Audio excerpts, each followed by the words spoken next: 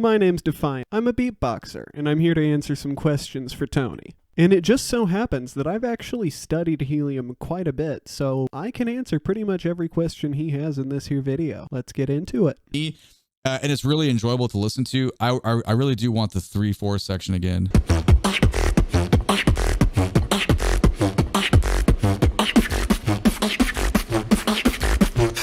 And that part's really interesting to me because of all the in and out breathing sounds. I might be wrong on that, but that's just the way it feels. All right, so the first thing to go over here is the build-up that is in 3 at the beginning. So it's in 3 beats per measure. And Tony is commenting on how he's using a lot of inward and outward sounds. At least he's pretty sure that Helium is. And yes, that is exactly how he's able to do this drop. So let's break it down. He's putting a kick drum on the beat, then between the first 2 kick drums, he's doing an inward lip roll.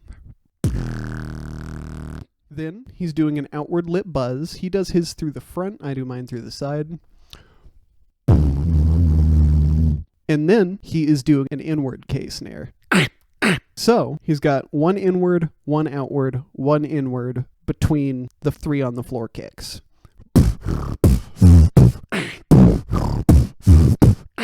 And then he switches that to a PF snare on each of the 3 beats instead of a kick. So he's moving a lot of air both ways.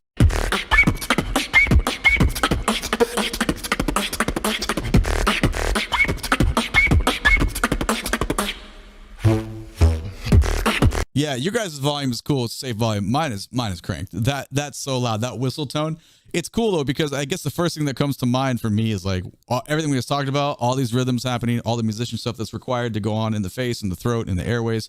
Then how do you produce that whistle tone at the same time while not losing any like quality of sound on the other parts there? That's pretty weird. Weird in a great way.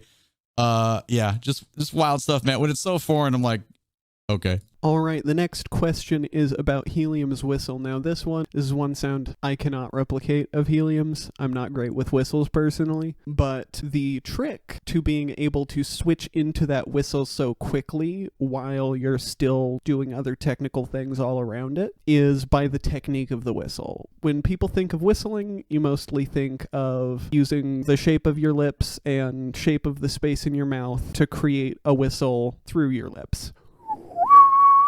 Like that. I do mine inward, most people do theirs outward, but a lot of beatboxers who do whistles have a lot of alternative whistles. You have beatboxers like Hartzell, who use a tongue whistle between the tongue and the roof of their mouth, but I believe Helium uses a tooth whistle, where essentially you shove your tongue against your teeth in just the right way, push air through the right place, and wha-bam, you have a whistle tone. So yeah, he's just got a place he can put his tongue. He's practiced it a lot. He can muscle memory switch into it lightning quick in the middle of a technical combo like that. So when you do that sound, is that an outward air intake? You going this way or are you going this way? Because I just, by looking at it, I can't tell at all. Another good question is on the direction of the air in the tooth whistle here. I believe Helium is doing an outward tooth whistle. It makes sense with what he's doing. It's what it sounds like to me, just from experience. But many people actually do their tooth whistles inward, and I know a lot of people who can only do the inward tooth whistle who can't do an outward tooth whistle. So it is very common to see it both directions, but in this case, outward.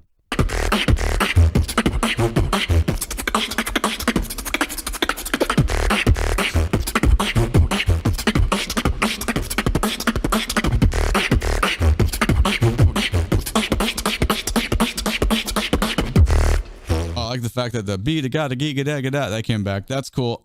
Yeah, so we gotta talk about, I don't know, spit snares, is that what they're called here? Whatever the snare work is, we're getting like the 2 variants on the timbre, meaning the way they're sounding, and it feels like someone's like mixing, like a DJ like spinning, but then like the rotation speed changes because we get the phrase, but then it feels like this phrase, just the timbre feels higher. So it's it's really cool. I lost track of where that happened because that was pretty captivating. I'm gonna go back a pretty significant chunk here. So another thing to break down here is the snares. Spit snares, which Tony mentioned here, are a snare that is done with your lips. It sounds like this.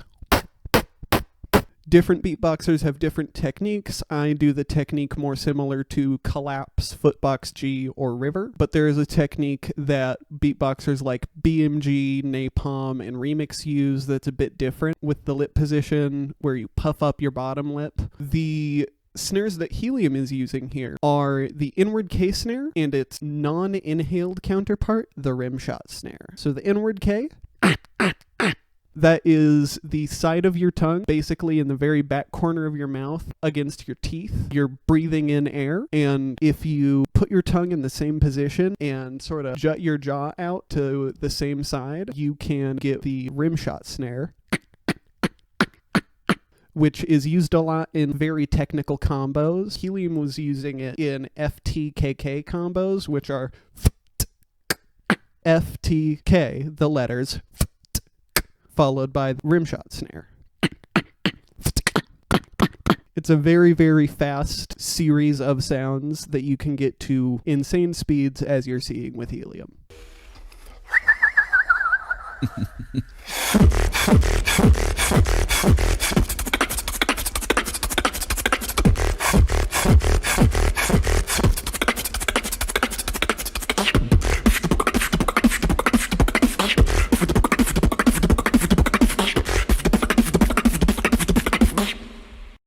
Is that where we breathe? Is there any inward breathing during all that? Or is that the breath location? Because damn, dude, the manipulation of sound and air speeds here, it's like stupidly good. Man, I'm sorry to do it to you. I just need it again. There's too many things happening. There's so much to try to comprehend. So where is Helium breathing in the end buildup? That's the question here, and the answer is he's breathing in and out the whole entire time. So the combo he starts this out with is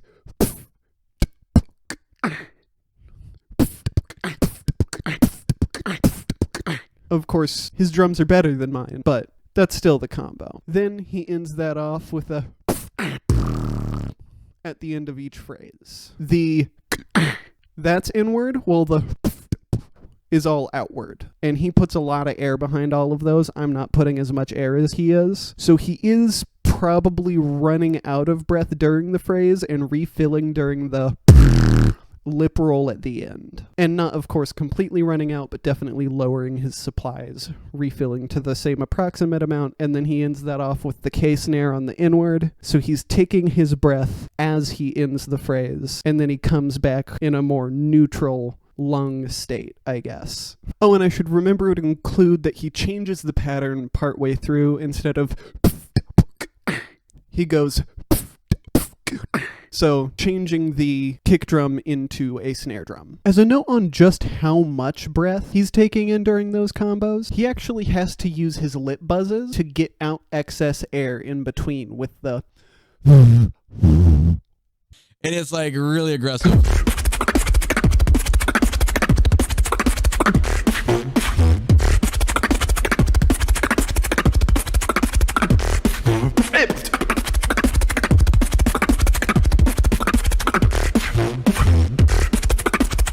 Where does the breath happen? Where is air happening in that phrase? That phrase is forever, man. The question is, where is the breath happening in this final drop? And Tony, the answer is all the time. Like the beginning of every phrase, the end of every phrase. So, to explain this, I need to break down Helium's signature technique, the vacuum technique.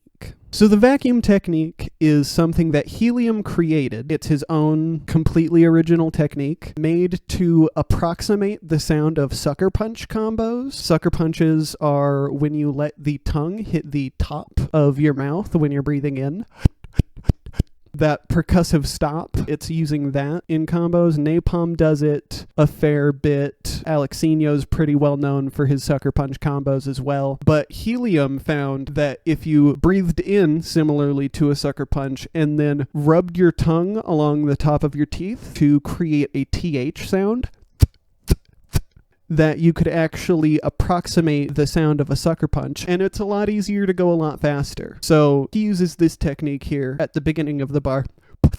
something like that. So he uses that combo here. Definitely something a bit different than what I'm doing, because I don't try to step into his territory with this technique. It's a little too much for me. And then he always ends the combo with an inward K snare to set up the next one. So it's something like that. I had a harder time in this one, though, because I feel way more musically stupid. Because I'm like looking at it going, dude, there's so many things. I think turning the speed down is effective, though. It'd be one of those where I'd have to like sit down and just notate out the rhythms and be like, give it to somebody like, hey, tell me, you write in all the articulation names. And then also tell me when breath work happens. When do the lungs get air? Because that's fascinating. All right, so that's all the questions Tony had. So that should be the end of this video, but instead I'm going to give you a little bit of extra information because I think it's worthwhile, and I think Tony might appreciate it, and everyone else sure as hell won't dislike it. So the reason I'm able to know so much about Helium, his patterns, his techniques, and like pick it out of the video and isolate it for you is because Helium has a YouTube channel. And on that YouTube channel is a playlist called Training of Beats that has a bunch of different beats for people to train with, beats that Helium has trained with for many, many hours in a bunch of different tempos and a bunch of different difficulty levels. And sometimes some of those patterns make it into his full finished routines. So going into a routine, I already know a good portion of the patterns in there because he's showed them to everyone. And then the patterns I don't immediately know, I'm able to break down because I have a lot of experience listening to Helium, a lot of experience with his specific techniques, personally and in listening. And I just listen with a critical ear. I listen slowly if it's hard to break down a quick technical pattern. But once you know enough about beatboxing and you can start to pick out what each individual sound sounds like, it's not too hard to break down a combo like that and explain it to someone. So if you want more of that information, go to Helium's channel, look at his Training of Beats playlist. That's where you're going to find the breakdowns of all the different combos he uses, as well as each sound demonstrated one at a time with its own notation so that you can tell how stuff is put together.